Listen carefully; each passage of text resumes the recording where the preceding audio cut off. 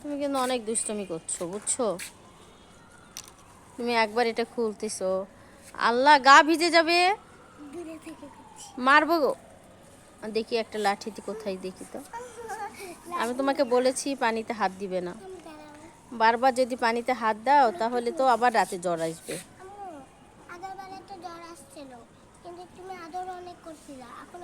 আবার ওভাবে এমন করলে মারবো কিন্তু। পচা পচা মেয়ে, খালি পচা কথা বলো। তোমাকে পানি বারবার কেন পানি নিচ্ছ বলো তো? ফেলে দিচ্ছ আবার নিয়ে আসতেছো কেন?